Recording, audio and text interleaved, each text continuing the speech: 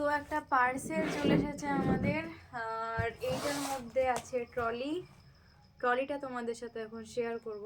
লাইটটা কম আছে, লাইটটা একটু বাড়িয়ে দিই। তো এই ট্রলিটা এখনো পর্যন্ত আমি খুলিনি, তো ট্রলিটা খুলে তোমাদের সাথে শেয়ার করে তোমরা দেখো আর আমিও দেখি, একসাথে দেখি। এখনো খোলাই হয়নি, সিল আছে। এদিকে আসা অনেক দিন হয়ে গেল বাবা। এই যে খুলেছে,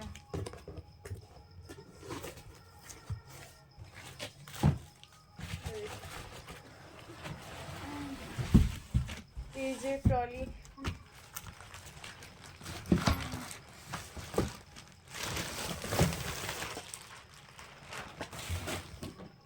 এই যে